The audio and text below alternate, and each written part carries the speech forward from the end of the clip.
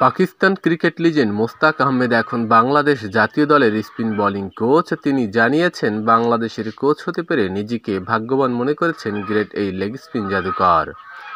Leg স্পিনের গুগলি আবিষ্কারক মোস্তাক আহমেদ এখন বাংলাদেশের কোচ হতে পেরে নিজেকে ধন্য মনে করেছেন। সামনে টি-20 বিশ্বকাপকে রেখে সাজিয়েছেন দল। বিশ্বকাপের ভাবনা থেকে আপাতত বাদ পড়েছেন মিরাজ, বিজয়, নাইম শেখ।